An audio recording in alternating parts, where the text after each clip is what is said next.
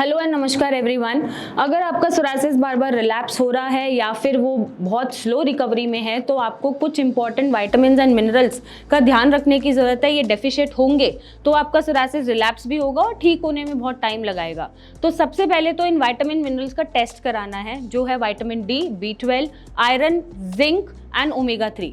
अगर ये डेफिशिएंट है तो वैसे भी सोरासिस की रिकवरी स्लो हो जाती है। स्लो होने के साथ साथ आपका सोरासिस रिलैप्स भी होता है। अब इनका रोल जान लेते हैं कि इतना हम इन पे क्यों फोकस कर रहे हैं, क्योंकि विटामिन डी आपका इम्यून सिस्टम को सपोर्ट करता है बहुत अच्छा, आपकी रेडनेस, इन्फ्लेमेशन को रिड्यूस करता है। और जब इम्यून रिस्पॉन्सेज हमारे अच्छे हो जाते हैं, क्योंकि सोरासिस इम्यूनिटी रिलेटेड प्रॉब्लम है, तो वैसे भी रिकवर करना जल्दी कर देता है। सोर्सेज के लिए सनलाइट आप अर्ली मॉर्निंग 15-20 मिनट्स ले सकते हैं, या फिर मशरूम्स आप खा सकते हैं अगर आप एलर्जिक नहीं हैं तो उससे आपका विटामिन डी पूरा होगा। नहीं तो आप इसके सप्लीमेंटेशन भी ले सकते हैं, सप्लीमेंटेशन लेने में कोई प्रॉब्लम नहीं है।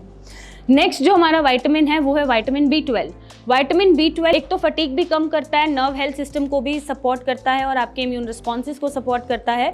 तो अगर ये कम होगा तो भी सोरासिस की रिकवरी आपकी स्लो हो सकती है या फिर सोरासिस रिलैप्स कर सकता है। तो आप इसको अपने सोर्सेज, फूड सोर्सेज से पूरा कर सकते हैं, अदरवाइज इसका सप्लीमेंटेशन ले सकते हैं। सप्लीमेंटेशन में आप मिथाइल कोबालामिन के इंजेक्शन या टैबलेट्स ले सकते हैं। और सोर्सेज में अगर मैं बात करूं तो आप वॉलनट्स ले सकते हैं, आलमंड्स ले सकते हैं, सीड्स का इंटेक कर सकते हैं, पंपकिन सीड्स ले सकते हैं, उससे भी आपको B12 पूरा मिलेगा। ज़्यादा मैं एग और फिश खाने को आपको नहीं बोलूँगी, क्योंकि उससे आपका सोरासिस बढ़ सकता है या रेडनेस, इन्फ्लेमेशन बढ़ सकती है। नेक्स्ट जो सबसे इंपॉर्टेंट चीज़ है जो पूरी होनी चाहिए वो है आयरन, क्योंकि आयरन अगर कम होता है तो भी आपकी रेडनेस और सोरासिस के पैचेस बढ़ जाते हैं। अब आयरन पूरा होगा, रेड ब्लड सेल्स अच्छे से बनेंगे तो आपका सोरासिस रिकवर अच्छे से करेगा, टॉक्सिन्स भी बाहर जाएंगे और ब्लड सर्कुलेशन अच्छे वे में घूमता रहेगा।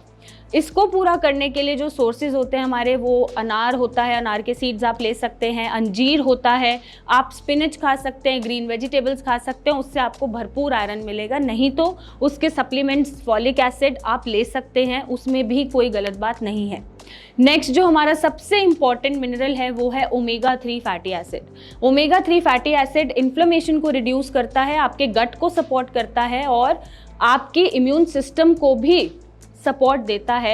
अब जब ये तीनों चीज़ें साथ में चलती हैं तो आपकी सोरासिस की रिकवरी बढ़ जाती है और वो रिलैप्स बार बार नहीं होता है।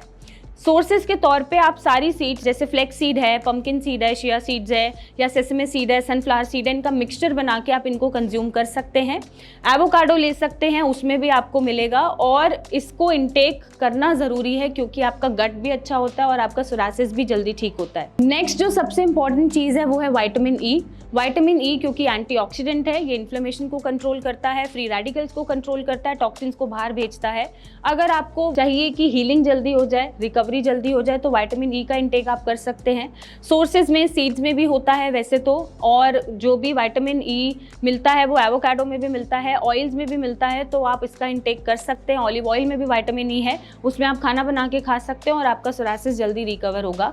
नेक्स्ट जो सबसे इंपॉर्टेंट चीज़ है वो है विटामिन ए, क्योंकि विटामिन ए हमारा स्किन सेल को रिपेयर करता है, रिपेयर के बाद वो रीजनरेट भी करता है, अच्छे से उसकी जनरेशंस होती हैं और वो ब्रेकडाउन्स को कंट्रोल करता है।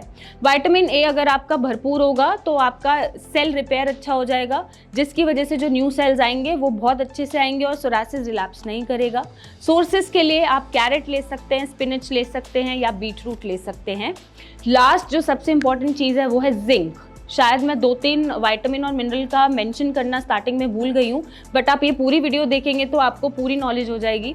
जो जिंक है वो वुंड हीलिंग को प्रमोट करता है। अगर आपके सोरासिस में कट्स हैं या फिर पस पड़ रहा है या जख्म पड़ रहे हैं तो जिंक खाने से उनकी हीलिंग जल्दी हो जाएगी, इन्फ्लेमेशन कम हो जाएगी और कोई भी सेप्सिस होने का खतरा नहीं रहेगा, कोई भी इन्फेक्शन होने का खतरा नहीं रहेगा। सोर्सेज के लिए आप पंपकिन सीड्स, लेंटिल्स, चिकपीस इनका इंटेक कर सकते हैं और अपने जिंक को पूरा कर सकते हैं। तो अगर आपकी सोरासिस रिलैप्स हो रही है या फिर वो बहुत स्लो रिकवरी में है तो आप ये इंपॉर्टेंट विटामिन एंड मिनरल्स जो मैंने मेंशन करे हैं इनका चेक कराइए।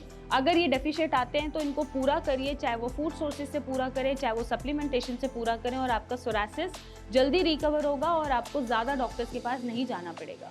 और अगर आप चाहते हैं कि हम आपका सोरासिस ठीक करें तो आप सी आयुर्वेदा से जुड़ सकते हैं, कंसल्टेशन ले सकते हैं, इलाज ले सकते हैं, प्रोडक्ट्स ले सकते हैं और अपने सोरासिस को हरा सकते हैं। Thank you and take care.